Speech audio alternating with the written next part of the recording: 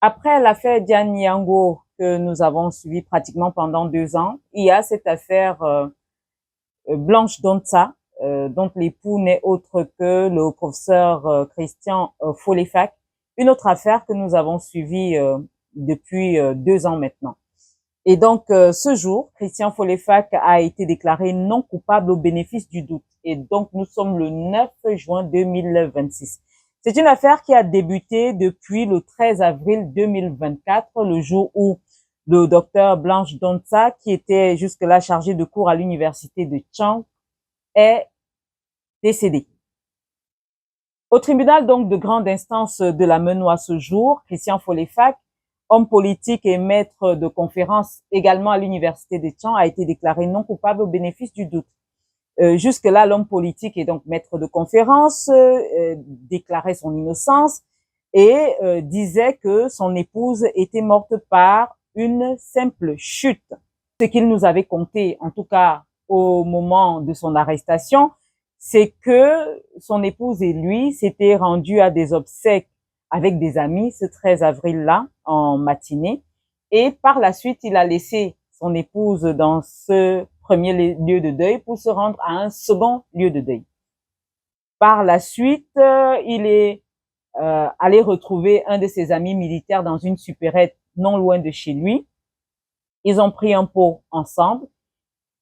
Et c'est en ce moment-là qu'il reçoit le coup de fil venant du téléphone de son épouse. Au bout du fil, ses enfants qui ont déclaré, et là je cite, « Papa viens vite, maman est tombée ». Il dit être arrivé d'urgence en courant. Il est entré chez lui accompagné d'une dame qui faisait les chants non loin de leur domicile conjugal.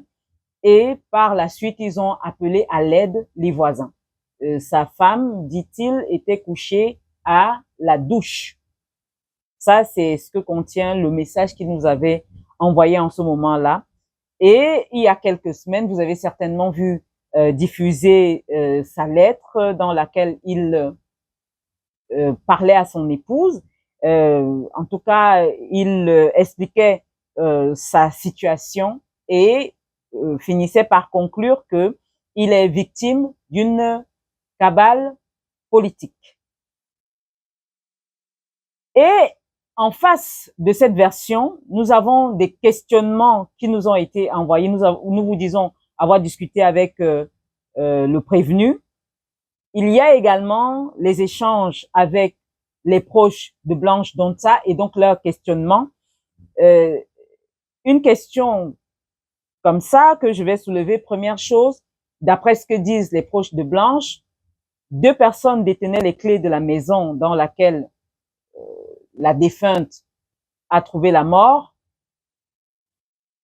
Pourquoi est-ce qu'on dit d'ailleurs qu'elle a trouvé la mort? Parce qu'il y a eu 2 autopsies. La première autopsie a été effectuée, en tout cas les résultats de la première autopsie ont été rendus le 24 avril et la conclusion de cette première autopsie indique une mort criminelle par traumatisme crânio-encéphalique. Première autopsie. Il y a eu contestation, évidemment, de Christian Folefac et par la suite, il y a eu la deuxième autopsie et le résultat de la deuxième autopsie dit mort criminelle par traumatisme crânio-encéphalique avec déplacement de corps. Et donc la famille, les proches de Blanche interrogent. Blanche était à l'intérieur de la maison, 2 personnes détenaient les clés de la maison, elle, la défunte, qui était à l'intérieur, et son époux, qui est venu ouvrir pour avoir accès à la maison. Et donc, si les résultats de l'autopsie parlent de mort criminelle, ça veut dire que peut-être qu'il faut s'interroger. Deuxième chose qu'évoque la famille et donc et l'avocat également avec lequel nous sommes en contact, l'avocat des ayants droit de la famille de Blanche, qui indique qu'il n'a jamais désigné le second deuil dans lequel il s'est rendu après s'être séparé de son épouse. Autre élément aussi, quel est le nom du militaire avec lequel il se trouvait lorsque ses enfants lui ont annoncé que maman est tombé. Autre chose encore, dans quelle supérette ou dans quel bar buvait-il? Dit la famille, le mise en cause n'aurait pas indiqué ces différentes informations. Il y a bien d'autres questionnements. Hein. Vraiment, nous avons pris l'essentiel de ce que nous avons eu. Et donc, depuis que nous suivons cette affaire, nous constatons que la moyenne dans les affaires de féminicide ou féminicide présumé, vous voyez comme nous, c'est dans les environs de 2 années. Donc, pour l'affaire Christian Folefak, 13 avril 2024, décès de Blanche Donta, qui est donc chargée de cours à l'université de Tchang.